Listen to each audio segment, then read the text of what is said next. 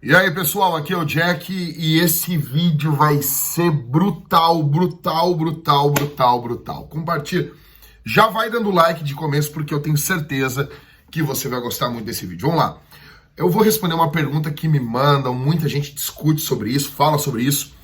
E eu vou falar não propriamente sobre eleição, você já deve ter visto na thumb, mas basicamente por que a Bíblia fala sobre eleição. Por que nós temos na Bíblia esse assunto? Afinal de contas, isso dá tanta discussão, tanta divisão. Nós temos arminianos, calvinistas brigando o tempo todo. Afinal de contas, por que a Bíblia fala sobre eleição? Primeiro, eu quero falar para vocês por que a Bíblia não fala sobre eleição. Então, em primeiro lugar, ela não fala sobre eleição para ter brigas.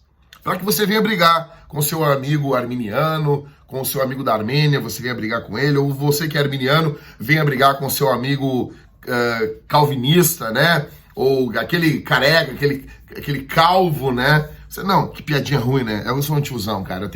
Eu tô me assumindo e eu sou um tiozão. Então, é isso. Vai ser assim, tá bom? Eu tenho andado com o Michael e o Michael tem me influenciado nisso. Essas piadas aí. É muito ruim. Então, vamos lá. Segundo lugar, ela não fala sobre eleição para você ter um sentimento de superioridade. Ah, eu sou eleito. Pelo contrário, a ideia é outra. Tá bom? Ela não fala... deixando claro aqui, para quem tá entrando aqui, viu isso aqui, não tô falando de eleição presidencial, de prefeito, tô falando de eleição na questão soteriológica, ou seja, salvação, tá bom? Sou um pastor, tô falando de teologia. Então, continuando aqui, não é para você se sentir superior. Em terceiro, não é para haver divisão. Ah, o cara não acredita em eleição, o outro acredita, né? Não é para isso. E quarto, não é para que você viva como um vagabundo e não pregue o evangelho. Não evangelize, não envie missionários, não é nada disso, tá bom? Existe propósito pela razão, pelo motivo pelo qual a Bíblia fala nesse assunto. Existe um porquê. Há um porquê. As rosas exalarem seu aroma. Se você pegou essa referência, coloca aqui nos comentários. Essa referência é para poucos, tá bom? Antes de mais nada, um lembrete para vocês. Primeiro, teremos o desafio Vira Homem, ou desafio Jornada Masculina, tá? Nós mudamos o nome. Nos dias 7 a 10 de julho. Primeiro link na descrição. Serão 4 dias de discipulado intensivo masculino para homens. Então, primeiro link na descrição, se inscreve, garante sua vaga. É para um grupo fechado, não vai ser aberto. Não queremos curiosos. Se você não sabe se você vai estar, nem vem. Não fazemos questão, tá bom? Esse evento vai ser para poucos, tá? Serão 4 dias. Segundo lembrete, nós de terça a sábado tem uma estratégia de guerra, lives diárias para homens de verdade no meu Instagram. Olha aqui embaixo, Instagram Pastor Jack, tá bom? Você vai encontrar o meu Instagram. Segundo, nós tem o canal do Telegram, é o segundo link aqui na descrição, Pastor Jack /Clube da Luta. Você vai entrar ali, é um grupo dentro do Telegram, um canal no Telegram, onde diariamente eu mando mensagens para os homens e mensagens focadas somente naquele grupo ali. E é uma alegria muito grande se você quiser se juntar conosco na luta contra o pecado. E em último, nós temos as nossas contas aqui. Você que tem sido abençoado, alcançado pelas pregações, os textos, você considere enviar uma oferta para o nosso ministério.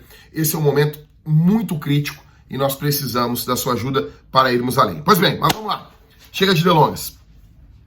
Por que a Bíblia fala sobre eleição? Qual a razão? Em primeiro lugar, a Bíblia fala sobre eleição com o motivo, com a razão de trazer consolo. Presta atenção no que eu vou falar aqui. Romanos 8, 28 ao 30 diz, escuta, sabemos que todas as coisas cooperam para o bem daqueles que amam a Deus. Paulo sabe disso. Sabemos que todas as coisas cooperam para o bem daqueles que amam a Deus. Daqueles que são chamados segundo o seu propósito. Pois, ele vai dar razão porque ele falou essa afirmação. Por que todas as coisas cooperam para o bem daqueles que amam a Deus? Pois, ele vai explicar por que ele pensa isso. Ele vai dizer, pois, aqueles que Deus de antemão conheceu, ele também os predestinou para serem conformes à imagem de seu filho, a fim de que ele seja o primogênito entre muitos irmãos. E aos que predestinou, a estes também chamou. E aos que chamou, a esses também justificou. E aos que justificou, a esses também glorificou. Ou seja, Deus sempre age para o bem daqueles que ele chama. Então, Paulo faz essa afirmação, mas ele faz essa afirmação por uma razão, pois, né, os pois de Paulo, portanto, né? Então, Paulo, quando ele olha para o passado, ele vê que Deus nos conheceu, e nos predestinou. Esse conhecimento ali dá uma ideia de relacionamento. Quando Adão conheceu Eva, ele se relacionou com Eva. Então Deus nos conheceu, Deus se relacionou conosco. Efésios vai dizer que ele nos elegeu no Filho, em Jesus. Ou seja, antes, lá no passado, se podemos chamar de passado, né? Estamos falando de categorias que envolvem Deus, então são questões tensas. Quando Deus se relacionou conosco lá no passado, mentalmente, quando Deus pensou em nós, ele já pensou em nós segundo Jesus. Ele já pensou no seu povo em Cristo. Ou seja, ele já pensou em nós justificados. Ou seja, ele já teve um relacionamento conosco no passado, antes de existirmos, já estávamos no coração de Deus. Então, Paulo olha para trás e Paulo vê Deus sendo propício a nós, ele nos predestinando. Daí ele olha para o presente ou para o passado recente e ele vê que Deus nos justificou. Daí Paulo, opa, lá no passado Deus me amou. Deus me amou tanto que ele me elegeu. Ele me predestinou, ele me escolheu. No passado recente ou no presente, ele me justificou. Aí Paulo olha para o futuro. No futuro, ele fala até no passado, né? Ele nos glorificou, ou seja, é algo que está tão certo que vai ocorrer que Paulo usa o passado. Mas é algo que vai ocorrer de fato mesmo no futuro. A glorificação. Então, Deus está sendo bom conosco no passado, no presente e no futuro. Aí Paulo, disso, ele diz... Por causa disso, sabemos que todas as coisas cooperam para o bem daqueles que amam a Deus. Ou seja, se ele faz tudo no passado, presente e futuro para o nosso bem, será que ele não vai usar as condições atuais da nossa vida também para o nosso bem? Se tudo que Deus faz tem o alvo do nosso bem, será que as coisas atuais não vão servir para o nosso bem? Aí ele conclui isso. A eleição de Deus é a mola motriz, é a motivação dessa conclusão de Paulo. Paulo conclui que as coisas que ocorrem no meu dia a dia hoje, que as coisas que ocorrem agora na minha vida, que eu não consigo entender, elas cooperam de alguma forma para o meu bem. E ele conclui isso com base na eleição. Ou seja, a ideia de Paulo é que a eleição produz consolo. Se você... Deixa eu dizer uma coisa aqui não é para criar briga. Eu amo os arminianos, para mim são crentes que nem eu. Não são crentes, cara, são teólogos. Tem muito a acrescentar, eu não tô falando que, sabe? Mas se eu tivesse que explicar um ranço, um problema que eu tenho com os arminianos, com o arminianismo, não com os arminianos, mas com o arminianismo, é esse. É roubar o consolo nesses momentos. Entendeu? Eu acho que esse é o grande problema do arminianismo. E, cara, a gente tá vivendo um período que não podemos ter nenhuma crítica, sabe? Eu não tô atacando o arminianismo, não tô atacando os arminianos, cara. Sabe? Tá muito mimizento. Dá pra conversar nos termos com educação, sem elevar sabe, o cara ficar, não, ele falou do arminianismo. Não, cara, não tô fazendo meme, não tô tirando onda, não tô tirando sarro. Beleza, tá bom? Então, eu leio teólogos arminianos, são muito bons. Por exemplo, o comentário que eu tô usando, eu tô pregando Apocalipse. Eu uso o comentário do George Ledger. Até onde eu sei, George Ledger era arminiano. Pra mim é fenomenal. Tá bom? Mas seguindo aqui. Então esse é o meu grande problema com o arminianismo. É que eu acho que nos momentos de maior angústia, ele rouba o consolo das pessoas nessa área. Tá bom? Mas não é pra dar briga isso aqui, porque hoje em dia é complicado. O cara não pode falar nada. Tá bom? Então, em primeiro lugar, a eleição, ela tem um motivo na Bíblia para trazer consolo. Segundo, Só isso aí para mim já bastava, tá bom? Segundo, a segunda razão da Bíblia falar sobre eleição é para que nós venhamos louvar a Deus. Eu tô olhando para baixo, que eu tô com uma colinha aqui, tá bom? É para que nós venhamos louvar a Deus. Olha o que diz 2 Tessalonicenses, capítulo 2, verso 13. Mas devemos sempre dar graças a Deus por vocês, irmãos amados, pelo Senhor. Não, eu li errado, vou ler de novo, tá bom? Mas devemos sempre dar graças a Deus por vocês, irmãos amados pelo Senhor. Porque Deus os escolheu desde o princípio para a salvação. Então, Paulo, ele é levado a glorificar a Deus, porque ele sabe que a salvação dos cristãos de Tessalônica não se dava por nenhuma outra razão a não ser pela eleição. Então, esse ato de Deus, esse ato divino, levava Paulo a glorificar a Deus. Paulo sabia que essa obra de Deus era algo que o homem não poderia fazer, tá? Ou seja, isso vai matar o nosso orgulho, isso vai destruir o nosso orgulho. Se primeiro a eleição nos traz consolo, aquele que está quebrado por causa das situações da vida, ele é levantado. Agora, aquele que está se exaltando, a eleição abate, ok? Existe uma medida que nós devemos estar, e essa medida é Cristo, tá? Então, nos traz consolo e mata o nosso orgulho. Então, em primeiro lugar, traz consolo. Em segundo, para louvarmos a Deus, para termos uma vida cultica, tá bom? É isso que Paulo está falando aqui. Em terceiro, e eu acho fenomenal aqui, eu queria a tua atenção aqui, velho. Terceiro motivo da Bíblia e último, porque aqui no meu texto, né, existem outros, mas terceiro motivo porque a Bíblia fala sobre eleição é para sermos incentivados a evangelizar. Pera, deixa eu desligar minha impressora aqui. Pera aí, foi.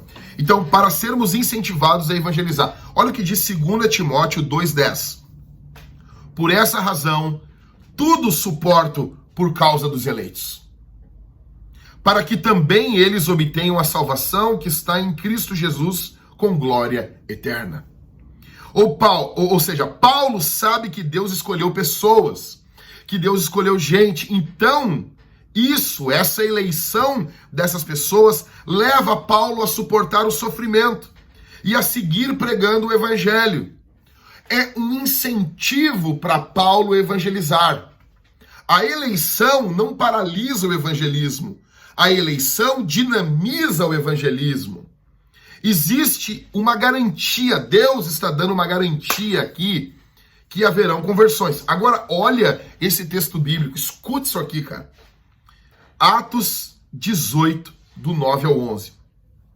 Certa noite, Paulo teve uma visão em que o Senhor lhe disse: não tenha medo, pelo contrário, não fique calado, porque eu estou com você, e ninguém ousará lhe fazer mal, pois tenho muito povo nessa cidade. Assim, Paulo permaneceu em Corinto 1 ano e 6 meses, ensinando entre eles a palavra de Deus. Paulo podia pensar o seguinte: cara, se eles são eleitos, eles vão ser salvos de qualquer jeito. Mas não, cara. A eleição foi um combustível para que Paulo trabalhasse na obra de Deus. Jesus apareceu. Paulo, não tenha medo, confia em mim, eu estou contigo, e fala, prega, não fica calado, porque eu tenho muita gente nessa cidade. Ou seja, a eleição fez com que Paulo pregasse. A Bíblia diz, aqui no último verso, que Paulo permaneceu em Corinto 1 ano e 6 meses, ensinando entre eles a palavra de Deus. Essa visão de Jesus, ter ouvido de Jesus, que Jesus tinha eleitos naquela cidade, motivou Paulo a pregar o evangelho. Ou seja, a eleição, quando compreendida de forma correta, ela dinamiza a obra missionária.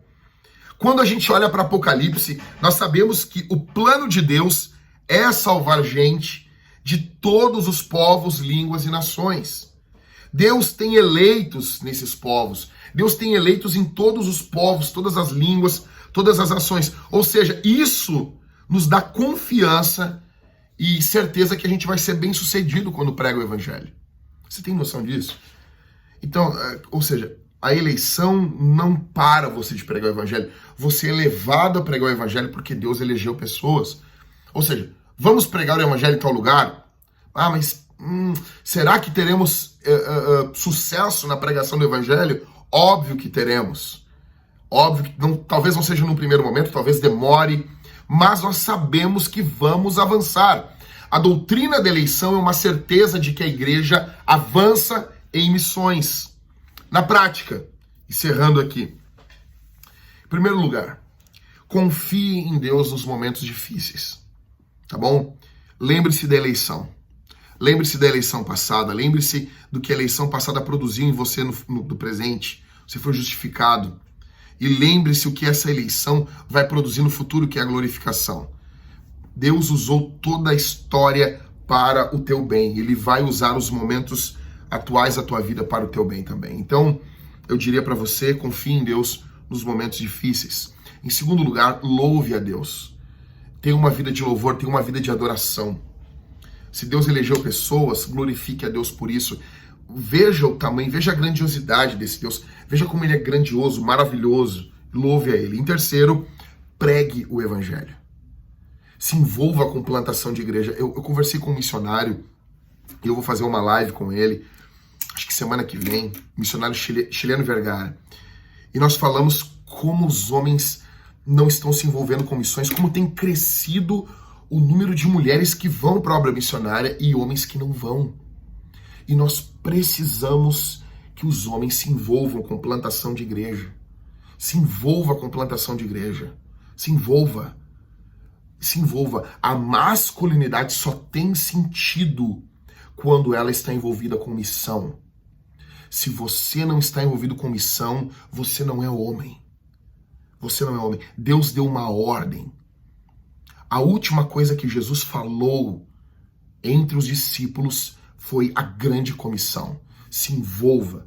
Tudo que eu falo sobre virilidade, masculinidade, tem o alvo de dinamizar você para a plantação de igrejas.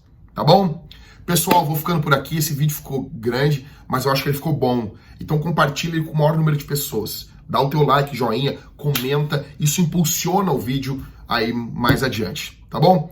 Vídeos todos os dias aqui. Vou ficando por aqui. Um abraço. Falou. Pega!